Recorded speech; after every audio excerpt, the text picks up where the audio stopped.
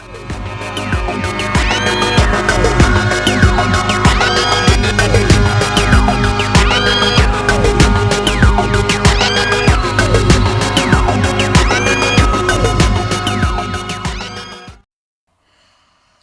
morning, good afternoon, good evening, wherever you are. Welcome back to the Real Matrix Files. I've just been having a look over the Ancient Culture series and taking stock of the data as we've proceeded researching, seeing ancient cultures with fresh eyes, and noticing the things that we've discovered. And last night I was having a little think about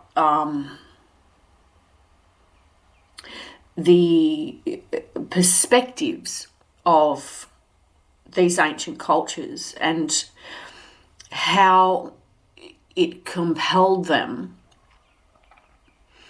to erect enormous monuments, not just in ancient Egypt, but obviously in many other places in the world. Enormous monuments, whether they be pyramids, temples, and even the tombs in Egypt. We could sort of say that the effort that went into those tombs and their cultures was enormous. There was a real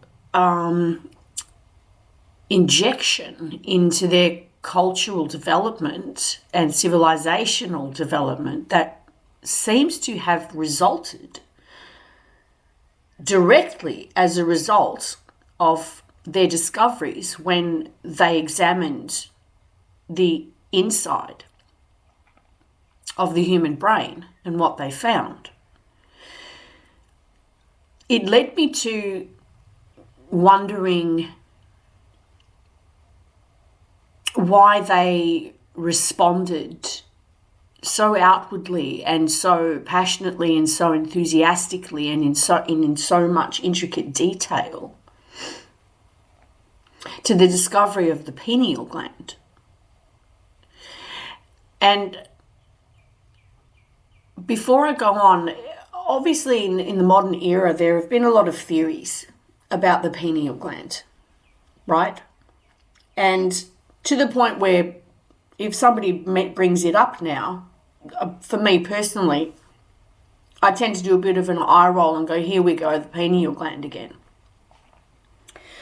And many of these theories have not been based in a verified science. But by the same token, our mainstream science may not be producing the right results in their findings on the pineal gland, because perhaps the methodology that they're using is not the best it could be, or they're not asking the right questions, or we don't have the right equipment yet, or any number of reasons why at the moment the pineal gland has come up in modern times as being something that simply produces melatonin, mostly while we're sleeping, and it is triggered by electrical signals from the hypothalamus and the thalamus that tell it that darkness has arrived. How it translates this information as darkness within the brain, we are probably only just beginning to comprehend what it is contained in an electrical signal, what information is contained within an electrical signal. But nonetheless, it is instructed that night has arrived and it is time to start producing melatonin, which has its positive impact on the body during its sleep cycle, and the rest of the body. So we understand that the pineal gland is made of what are called glial cells, which are not nuclei. They are not a central node in the human body that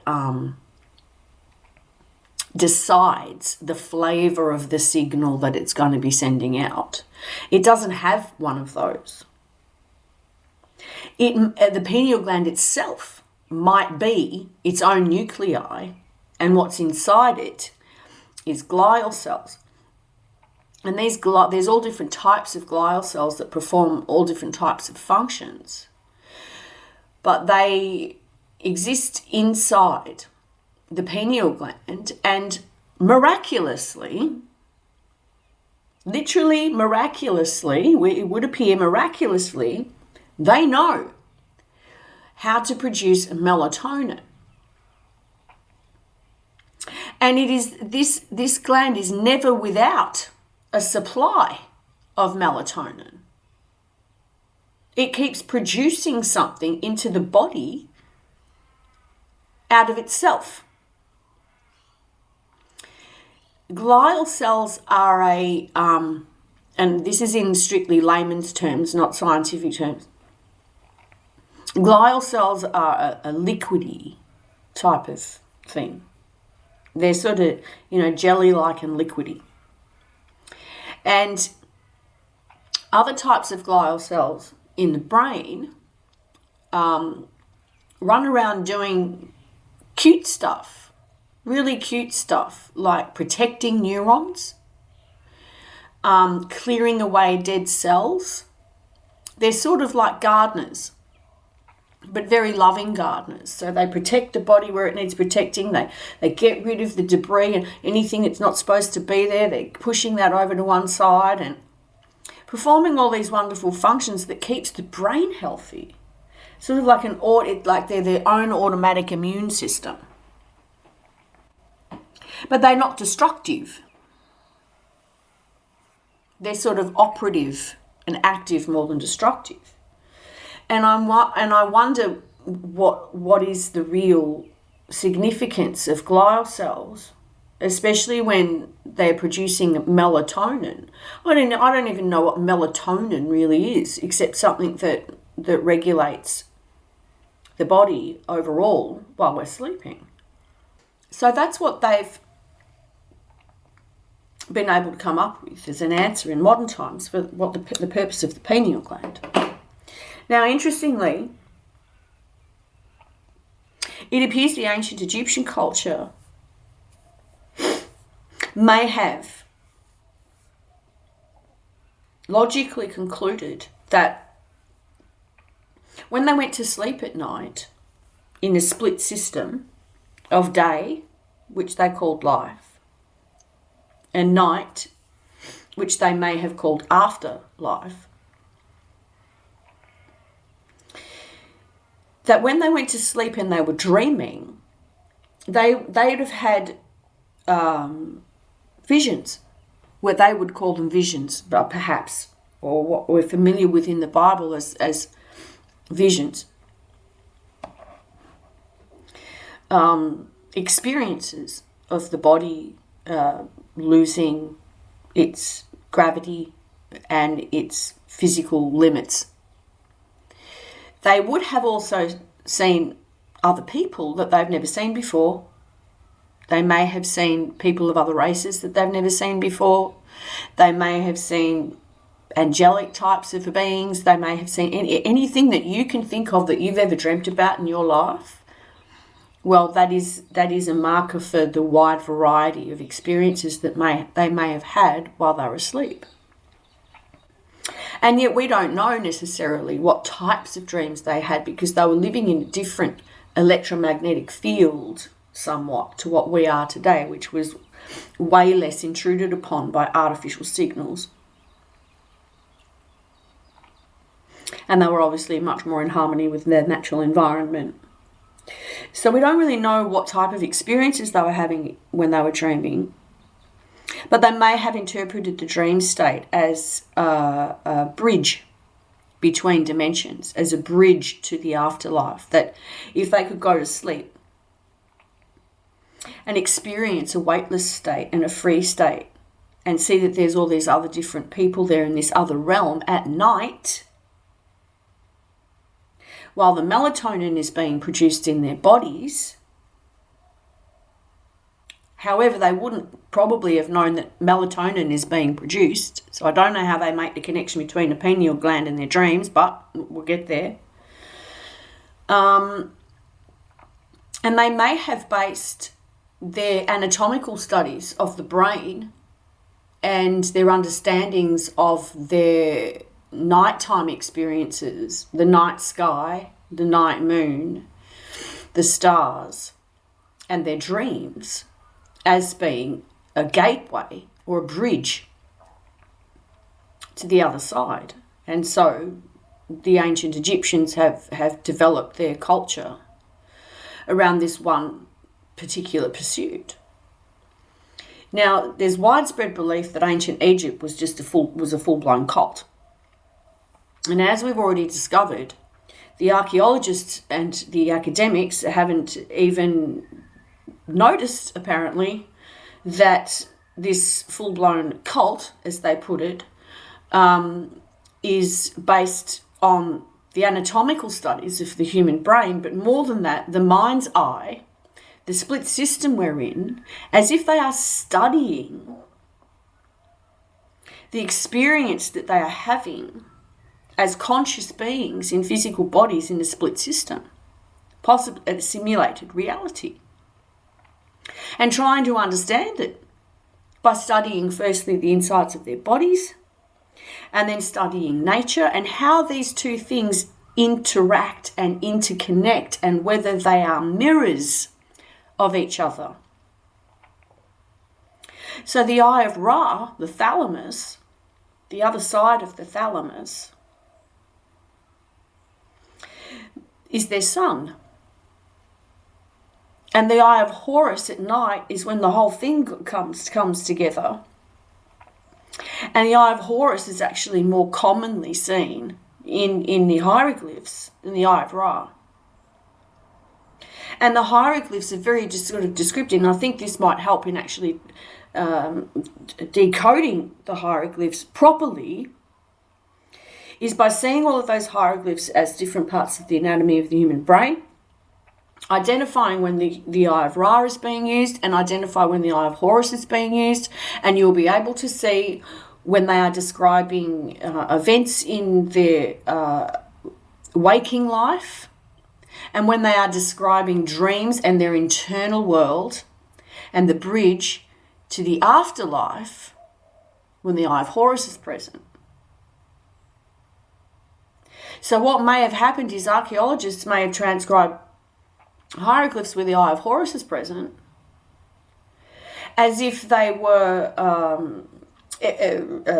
real events, when what they may be talking about is the dreams that they had and experienced as they were dreaming, and combining that with the understanding that they gleaned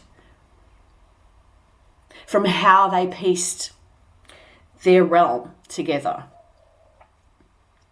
how night works.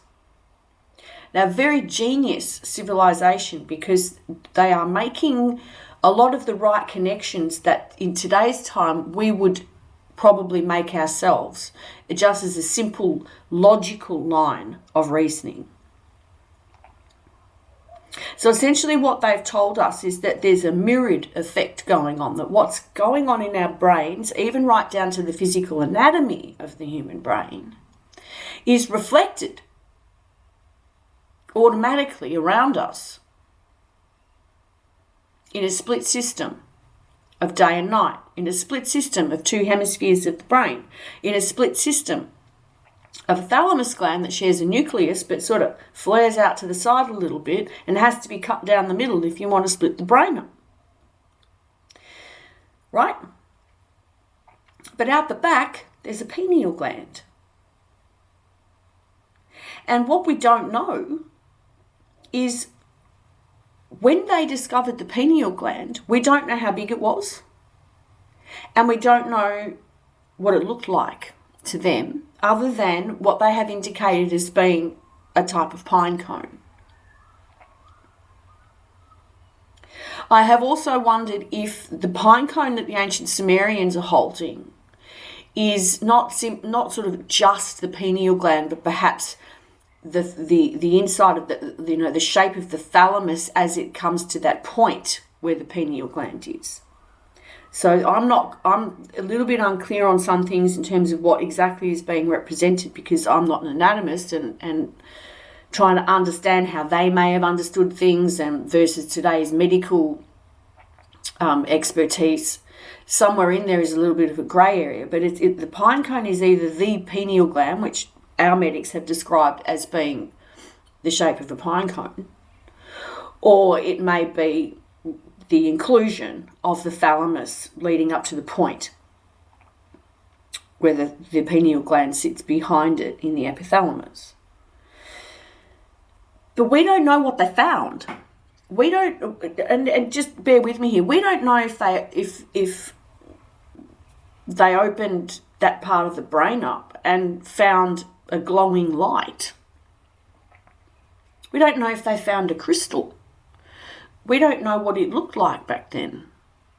We're talking 5,000 years of human development since, and 5,000 years of human devolvement since. In modern times, we know that we've heard things about our pineal gland is calcified because of the way we live and what they do to us and our environment. Our pineal gland doesn't work the way it should anymore, and some people get, interruptions to the circadian rhythm and they can't sleep at night and all this sort of stuff, right? Insomnia. But we don't really know what it was that they saw with their eyes. And we don't know what it was that they saw when they cut it open, because they would have cut it open. They would have tried to get inside that pineal gland to see what's in it. And if the only thing that comes out of it is like a little liquid, but it might be clear or contain a phosphorescence of some description, I'm sort of imagining it as a speculation and a hypothesis as being like one of those, what are they called? The glow flies? The night flies that have a little tail that glows in the dark? And is that not what melatonin does? It's sort of like a little night light. And while the body is, while the pineal gland is producing this melatonin, we have dreams. How are our dreams impacted by the rate of the production of melatonin? When does it start producing? Is it when the brain waves shift into sleep? Or is it as soon as the sun goes down?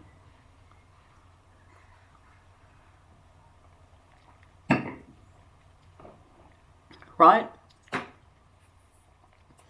So if we've got a hypothalamus and a thalamus that's telling the pineal gland darkness has arrived, does melatonin start to be produced while we're still walking around at night?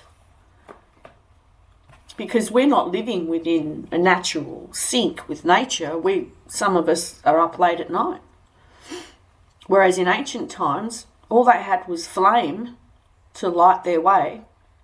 And as soon as night hit, that's it. They bunker down. They both stay inside for a couple of hours and eat, or outside, or wherever they may be. And then they go to sleep. And then they wake up when the sun comes up. When the sun comes up, at the first crack of dawn, they awaken. The mind awakens. I've lived like that before. Going to sleep no later than 10 and waking up without an alarm as soon as it's the break of dawn. As soon as our sky starts to lighten, before the sun has even risen, but the sky starts to lighten, I wake up. Right? So, linking back to where I started with this podcast, is if we consider they have discovered something that has compelled them with such passion and enthusiasm to erect the most enormous monuments in the world with their own hands. What in the world did they find? Is it just a little pineal gland that looks a little bit woody and just has a bit of a clear liquid in it and it's only about 4 millimeters long? Or did they find something else? That for some reason, in our physicality as it is today, is not present to our eyes. Did they find a pineal gland that glowed? Did they find a pineal gland that was bigger? Did they find a pineal gland that was a crystal? Do you understand? Because what they have done with their cultures is with such conviction. There's no room for doubt in their minds. None whatsoever. To erect, hypothetically, let's say the Great Pyramid was built. And let's run with that hypothesis. Let's go with that theory for a second for the sake of the argument. But if that is true, that thing is 450 feet high. And each stone block is difficult to maneuver into position. And each huge slab of granite is difficult to get up to that height and lower into a pit. I can't even think of any type of wooden ramp system back then that would be able to hold the weight of a single one of those huge blocks of granite that's on the inside. This is a different podcast. I'll get into the building of the pyramid later. But they have gone to this effort. Now, some of that might be ego from the ruling pharaoh that compels his people to erect such a structure. Okay? And if that's the case, let's have an even closer look at that, because he wasn't the first. It goes all the way back to King Joseph. Yep. So if we could say that it was around King Joseph's time that these discoveries of the human anatomy were made, and their response to this was to erect a pyramid,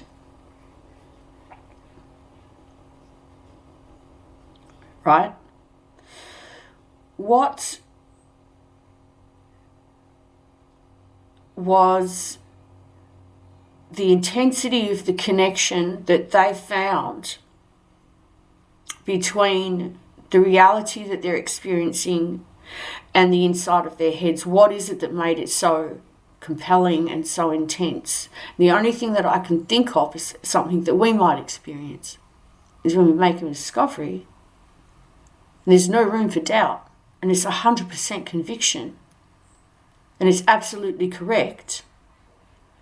And it answers our most fundamental questions that we may have spent thousands of years wondering.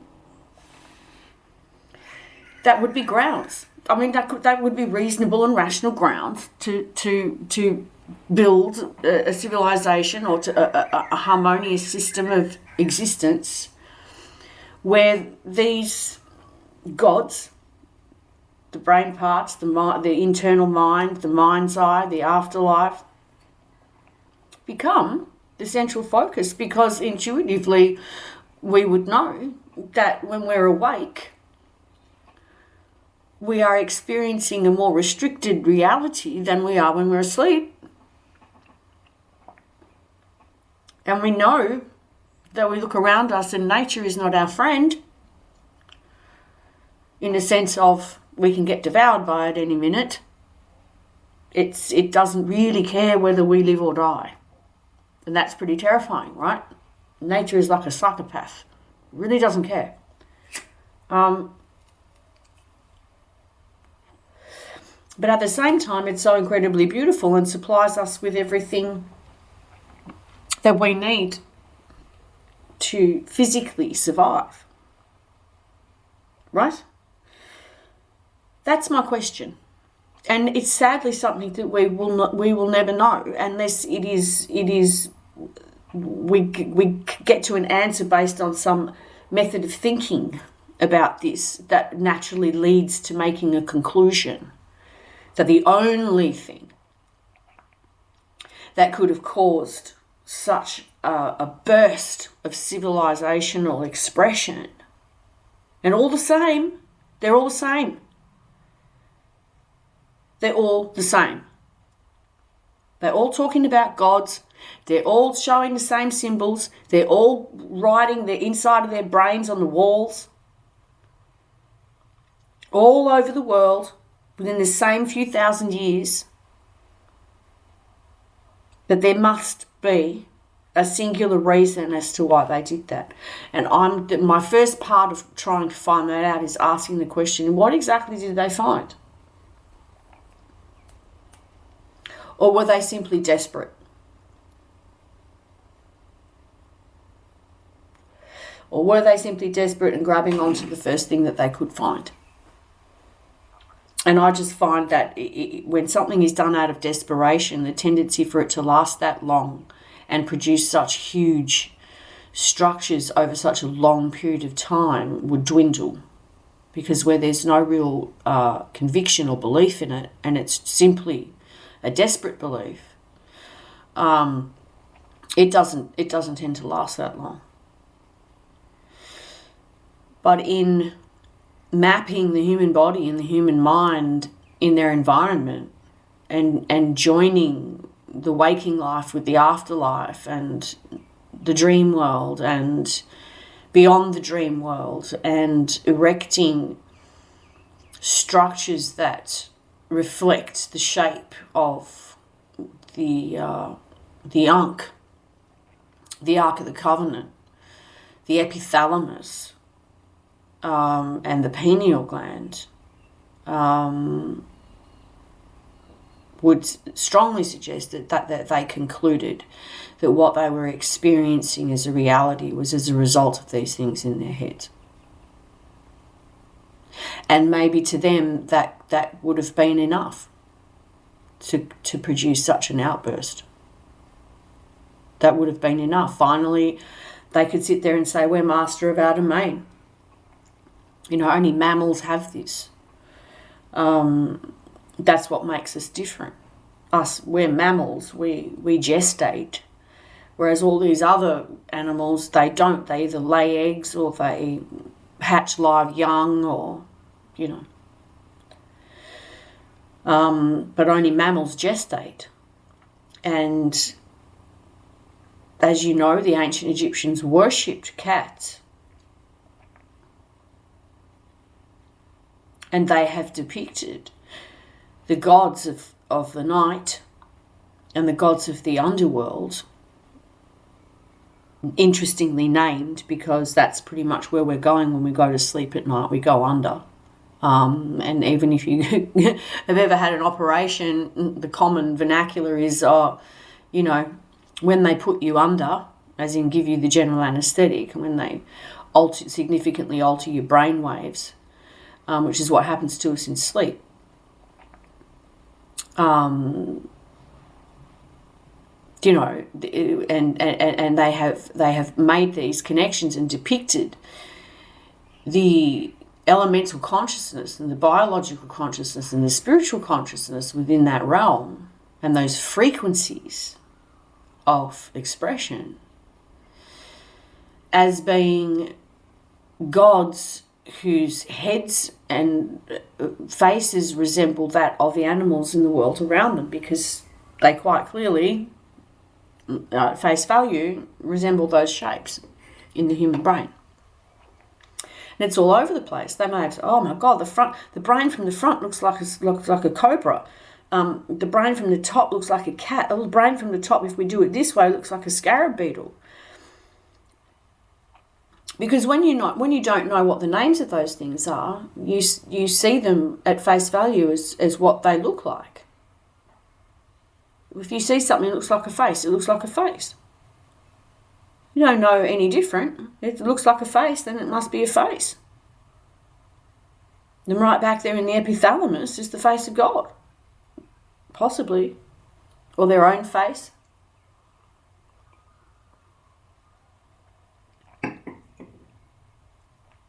In a lot of sacred texts, they say, I've seen the face of God.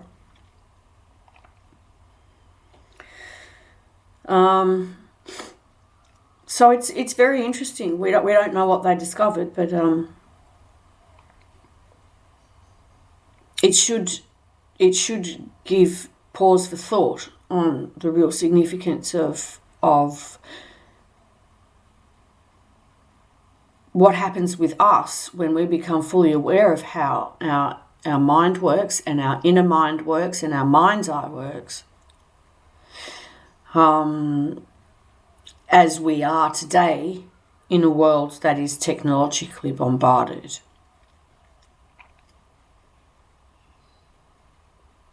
And why there is a system in place that has overtly silenced and killed anybody who wants out or becomes too loud a voice that might unsettle the populace.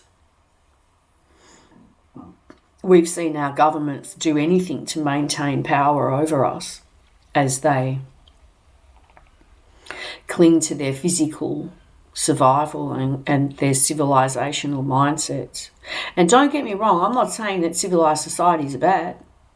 I'm not even saying civilized societies are good, as in structured roads, housing, sanitation, reasonable levels of comfort, things are made a little bit easier, medical treatment, all of this are generally a civilization.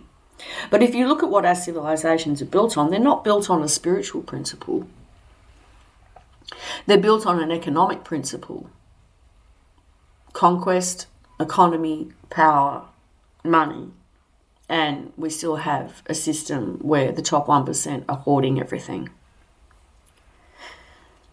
Again, Elon Musk is one of those guys. He's right at the top. And gluttons and greedy, cruel and inhumane bastards are not the types of people that we need, making life difficult in what could otherwise be perfectly reasonable, happy, content. I would rather wake up in the morning going, I love my country, I love my town, I love where I'm living, I love how easy it is to do things, I love the enjoyment, I love the freedom of expression, I love how abundantly creative I am, I love the fact that everything is more than affordable, I love the fact that everyone is so helpful and understanding, and everyone's there for each other, and our governments don't care whether we barter with each other or whether we buy things. We're allowed all types of freedoms. We've got a really great law enforcement that's there to, peacefully break up whatever trouble needs to be broken up, or help a person who's going crazy, or, rehabilitate somebody who killed somebody. And, I would rather wake up to a world like that. But we have a news media that constantly feeds and reproduces this virus of negativity and drama that has everybody at the base level, at the street level, feeling stressed all the goddamn time. And this is in what they call a modern civilization, which they also brag about as their democracy, as if democracy is a religion, as if democracy replaces God. As if democracy is a politicized system full of games and lies is somehow representative of our free will choice, the gift from God that we were given. What choice is there when you've only got two people to choose from at any election? Right? Right? Like I said in the last podcast, everything might seem great on the outside. You might have a great day, might be happy with your job, your girlfriend, your boyfriend, your family, your kids, your income, your ability to have holidays, your work. You might be thriving, but you're not living honestly. in a system like this, that functions like this, where there are millions of people who are disadvantaged, vulnerable, kicked out into the street by our own Prime Minister and left there to starve because he doesn't want to pay them. And why would he have to pay them any money out of our money to survive? Because they set up a system where food has to be purchased.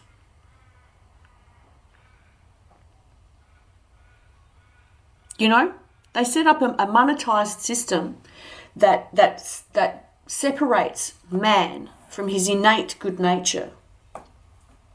They place a monetary value on things that have no monetary value, because what the value of something to me might be different to the value that it is to you.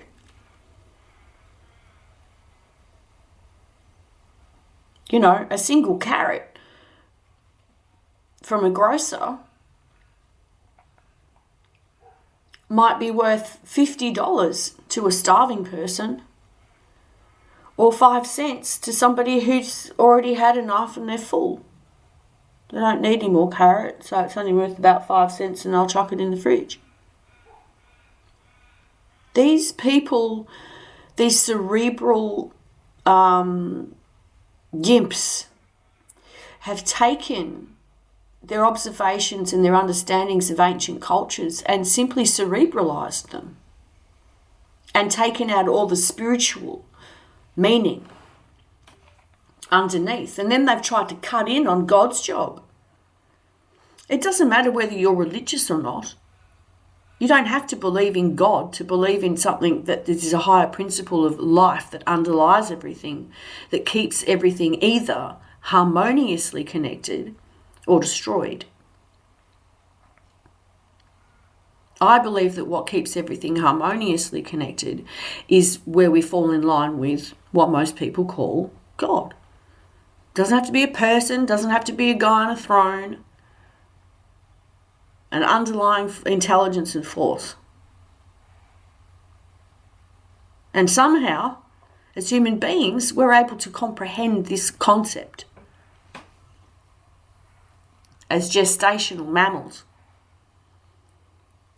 with an autonomic interface in the back of our brains, an Ark of a Covenant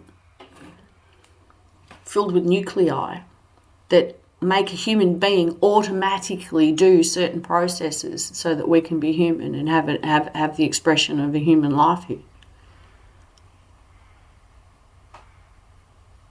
As a fractally repeating experience in an essentially gestational state. What if we're just fetus in a womb? Or fetus in a vat of individualized experience before we're born into the afterlife? And the 9 months that we're here stretches out to 80 years. Who knows? Those sorts of conversations can go on for hours. But we've got leaders, a system, a banking system, money lords, the top 1%, the Fortune 500, and the biggest wankers and conceited, vain, hideous ghouls on the planet who are absolutely godless. They are completely bankrupt. They're spiritually so bankrupt that they're in the red on when it comes to bankruptcy, spiritual bankruptcy. They have gone into the red and become satanic and driven a satanic force through this world. No matter how good your life is, that's what you're living in. A system that tells you that you can only be healthy and happy if you do things the way they want you to does not, and what it is that they're asking you to do is worship false values and not care about other people, turn on your own people, endanger your own people, harm your own people, just to get ahead, just to get on top, just to push in front. That's what they do. They're in the red when it comes to any type of goodness. And then at the lower grassroots level, we get our politicians and stuff who are, been raised by the system, and they think this is the way it's supposed to be, and this is just how it is, and we can't really change it. So then they try and do, whatever kind of best job they can for the grassroots. But at the same time, they do handshakes behind our backs to sell us out every second of the day. We are now outwardly and overtly being forced by governments to give billionaires money. We're being forced because they're forcing us to buy consumer products that makes money for billionaires and trillion-dollar companies. iPhones, computers. We have monthly bills for all of these things. An iPhone costs us $800, thereabouts. A computer anywhere between $400 and $1,200, $2,500, $3,000, $5,000, depending on what your setup is. An internet connection to fibre optics is a monthly bill, and we have phone bills as well. And they are forcing us to engage in those technologies and pay the bill. So who do you think's making all the money? And those two things are the biggest consumer product at the moment because they're used every day. They are billed monthly on a regular basis. And everybody just puts it aside as one of those automatic bills. Then when they get their electricity bill, all the supply charges on that have been jacked up as well. And the next minute we get slugged and price gouged all over the place. Our governments can't even provide us with enforced technology that we don't have to pay for ourselves. That's who we're dealing with. Look at the money in your life. Look at what comes in, look at what goes out, and exactly who it goes to and why. Whether or not you were told that you need to purchase that product and that you must purchase that product and that you must pay whatever they ask to be paid for it, or whether you simply went out and purchased something voluntarily that is what you needed to keep your life smooth and running. Look at that. That's what it'll tell you. And they know that what I'm saying is right. They just hope nobody notices. That's why they try and keep everybody stupid, so nobody asks the right questions. Most people don't.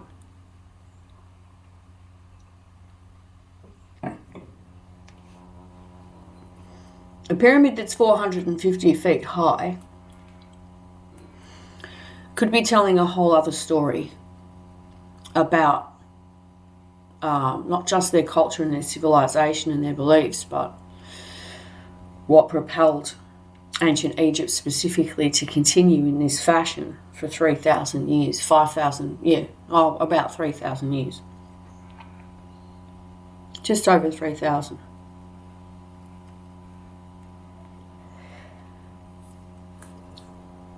Did they get wiped out shortly after that because the Great Pyramid was its first machine? It's possible. Look at the machines we have today. And we can barely last 300. The more that we have industrialised, the more that we have reduced the lifespan of modern civilization. And by producing a simulated reality through mobile internet, they're hoping to perpetuate a simulated, transhumanist, artificial, robotic civilization that'll just keep generating money for the same people. It's really quite pathetic. There's probably nothing more insidious than that.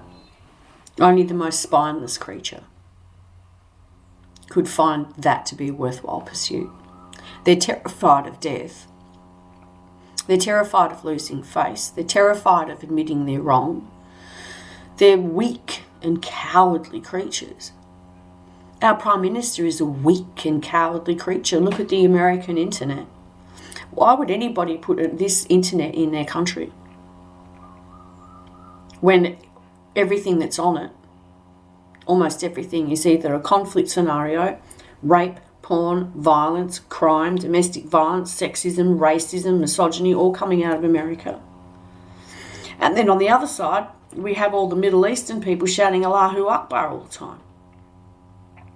Why would any good leader allow this internet in their country to infect their people and their culture and deracinate, devolve and degenerate utterly everything until nobody makes any sense anymore? And people mutilating each other's genitals because now they don't know what gender they are. Can you imagine that ever being an issue in the past? You know, a sexual fetish maybe, a dress up,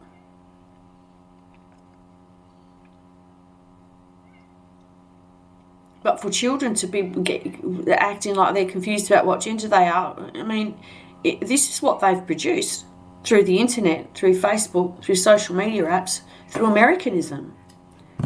A total destruction of every good value that we had in the past. When I grew up, there was no racism, there was no sexism, there was no domestic violence, there was no crime that touched us, there was no upset, there was no actual deep disturbance outside of, you know, the odd spat or the odd argument or the odd tense moment and sort of everybody clear the area like there's a nuke that's about to go off, you know.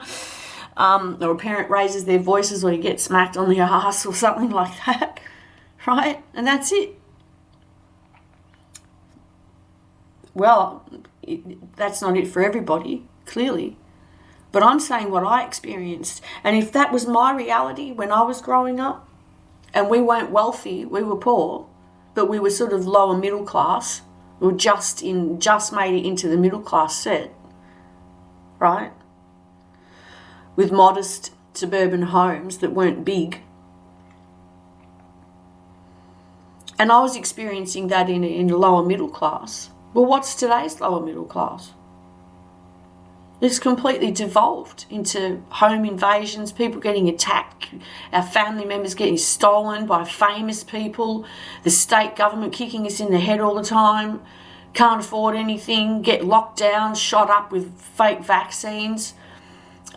Cost of living goes up. We're getting exploded in the face by war footage on the internet. America's in our lives every single day. We've got American social media companies tracking Australian citizens, tracking citizens in foreign countries just to make better ads. United States of America. And I'm not aligning with Khomeini, but they are usurping, not just from Iran, the Middle East, they usurp from their own allies. And all of this is done leeching of every country in the world through their internet, taking all our data and feeding it into their systems so that they can dominate with the best technologies and tell us what to do. A republic, and Australia is a monarchy. Run my life. White House doesn't run my life. White House isn't God. The White House is barely even Christian. And a man like Elon Musk in the White House, that's just Satanism. That's teaching all of our children a false value, just like they teach our children through the internet the art of killing by promoting war to them, promoting violence and war as a noble and honourable pursuit. Killing and murdering is what the United States do. That is what they promote and that is what they do. There's nothing else that they've done that's been of any use to anybody except fantastic movies that really make you think and incredible music. They haven't produced anything else that's of any real value to anybody. For every major corporation and company that's out there, every single one of those is a monopoly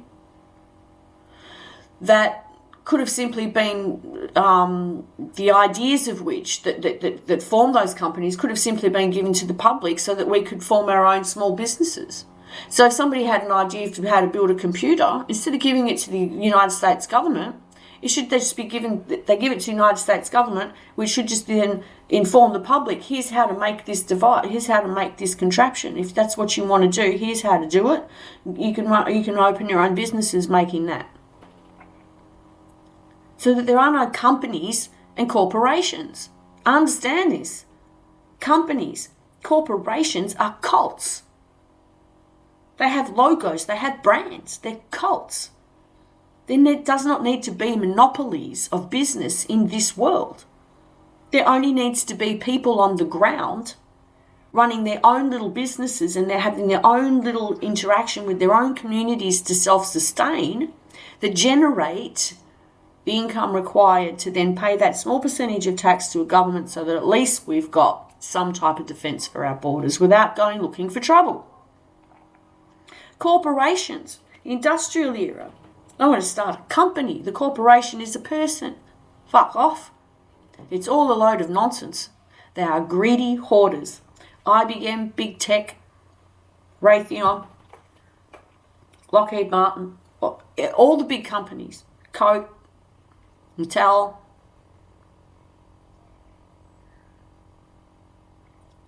General Electric, all the big media broadcasters, they're all wankers, thinking that if they form a cult as a business with their ideas, that they can generate more money, and they're the ones that take it all. Right?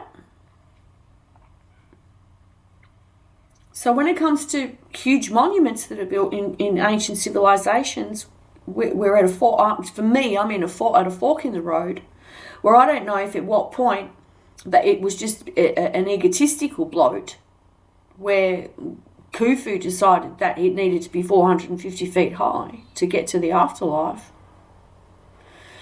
And all the money of the state and the work involved over that period of time was all to create his own little get-off when he dies. Or whether it was based on a more profound and final conclusion to their discoveries of essentially a simulated reality, a simulated realm, and that the physical life was simply a precursor to the afterlife, which they may have tapped into through their dreams at night when the pineal gland is active, and discovered that to be a bridge or a boat, a holy bark, a crossing. They would have had people having near-death experiences and saying to them, they might have died something's happened, and then they've been resuscitated and come back to life and said, I saw a bright light, I saw this, I saw that, I saw angels, I saw this, that and the other, and that it could have all indicated to them that there was something beyond here. They may have had dreams where that was indicated to them. So it's very interesting.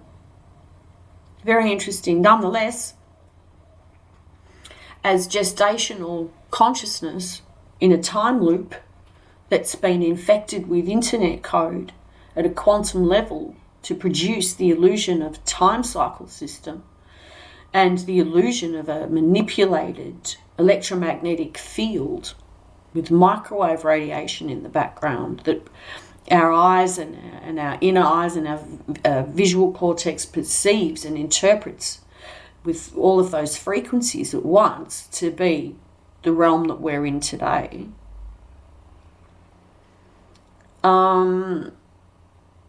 has me feeling a little bit disorientated, because nothing feels natural anymore. Nothing feels right. Nothing feels natural. Nothing feels right.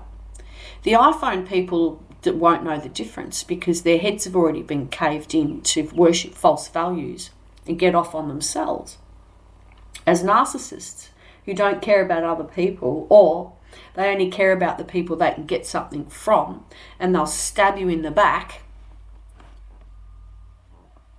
to protect people that they can get something from over their own family. That to me is the end result of an iPhone.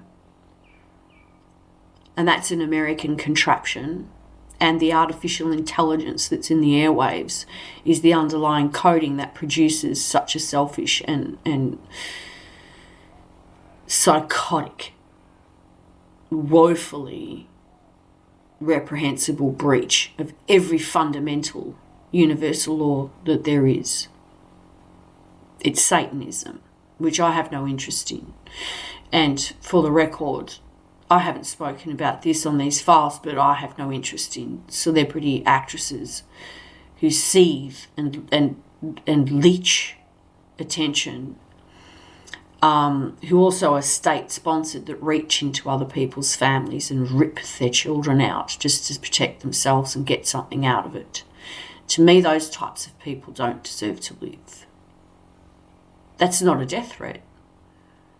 That's an acknowledgement that they abuse the gift of life to the point where they can't even function without automatically sucking on their environment with every breath that they take. That their energy becomes so distorted that they don't know how to express genuinely or authentically in an unconditional way that is not an energetic sucking. And the infantilizers are the worst. The ones that infantilize and talk in that baby voice, they are the worst personalities in the world. They are the worst types of psychopaths and Satanists in the world. And they'll never be welcome in my realm. Ever. And ultimately, I believe that's what the powers that be in this world are really like. Infantilizers, fake, like Elon Musk's mother.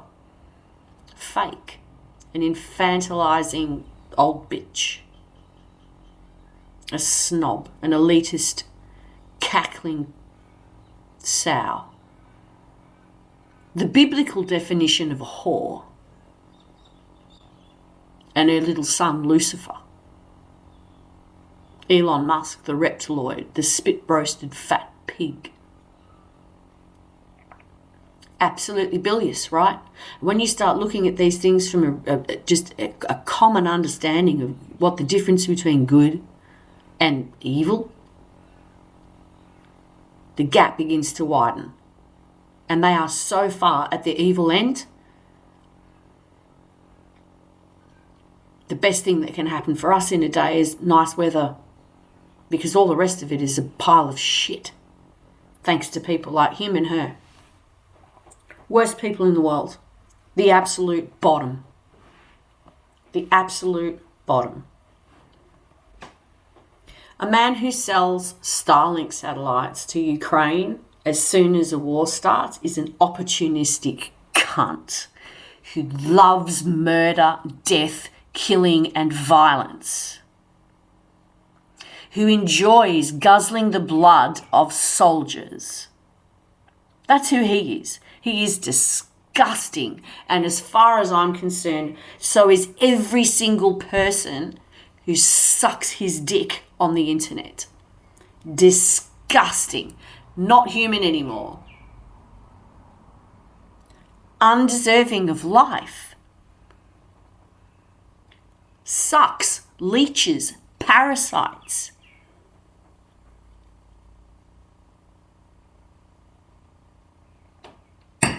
Who talk about war as if it's nothing and enjoy war as if it's a get-off.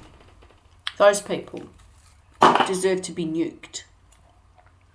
Where they sleep, blown up like Ismail Haniyeh. That's what they need. Every single one of them. Blown to fucking pieces while they sleep. Start with Elon Musk and his stupid network. Because I can tell you that since he rebranded it, what actually happened was that he switched everything over to Cloudflare servers, which are on a 13335, which create an internal sync with artificial intelligence, the EBCDIC grid, and line everything up for a nuke on a 13567 and those coordinates in the world. I'm sorry, that's just how it works in an electromagnetic field, which has got binary data in it. And the only thing it understands is to line up everything that's the same. Bring it, and there's an algorithm behind it that's clustering data to do just that. So, long story short, Elon Musk caused the severity of the attack on Israel from Hamas. And here we are, we're in the Holy Land. Out of the house of bondage in the heart of God, not the brain of God, the heart of God. And we're still fighting terrorists, Islamic jihadists, basically artificial intelligence, basically American internet, basically American social media apps, basically Elon Musk and his X app. He's a terrorist. Elon Musk is a terrorist in every respect.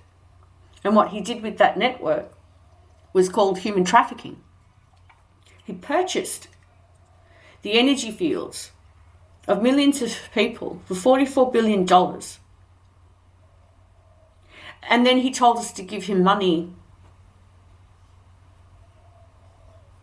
Yeah, the richest man in the world is telling us to give him money. Kicking people out, forcing people to pay him.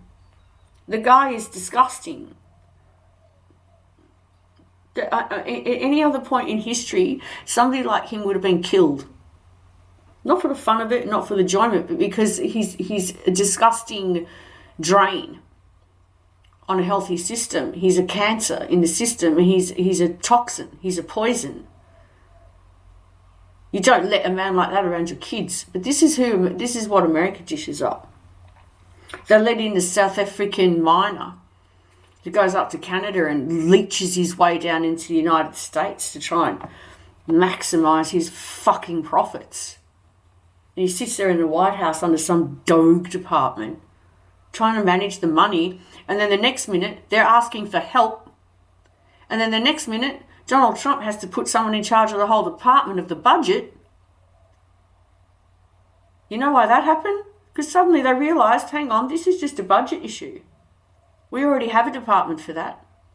But because Elon Musk is fucking insane, he psyops everyone into thinking that a whole new department needs to be created so that he can be in charge of it. So that he can make the decisions, so that he can run the fucking budget of the United States government, which impacts the whole damn world, so that he can move forward with his own projects. He should be incarcerated for life in the worst dungeons of hell. These aren't death threats. These are not incitement to violence. I'm talking from an academic perspective. I'm talking about what happens in a natural system when nature wipes out the cancer. Nature wipes out the AIDS infection. Nature wipes it out. Eventually, nature just gets rid of it. And that's what he is. Everybody who is like that man, that's what they are. That's exactly what they are. Reptiles. Who got stuck in their reptilian brain. Their survival brain. They couldn't even make it to the same level as the ancient Egyptians, who understood that there was a bridge and a crossing and ran a harmonious thing, but the people there had more freedom, and even though they might not have had the same technological advancements as us today, they survived for 3,000 years. Everyday people, millions of people in ancient Egypt who lived full lives, doing their little thing, having their little market store, making their pottery, making their jewelry, doing this, that and the other, getting enough money to get by, going to market, getting the food, having families. Not all of them were pyramid builders, not all of them were slaves, not all of them were stonemasons. They had lives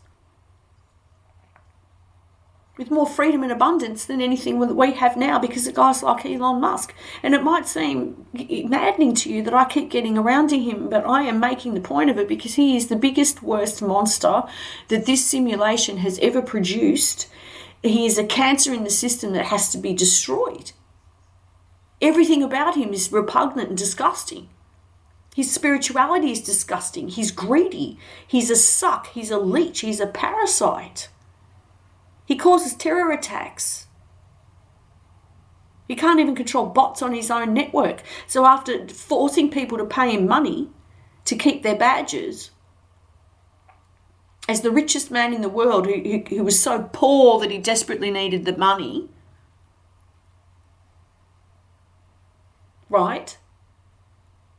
as if we should suddenly pay for his decision. He decided to pay $44 billion for the network, and now we have to pay for his decision. What a disgusting ghoul, right? What's going on with his pineal gland?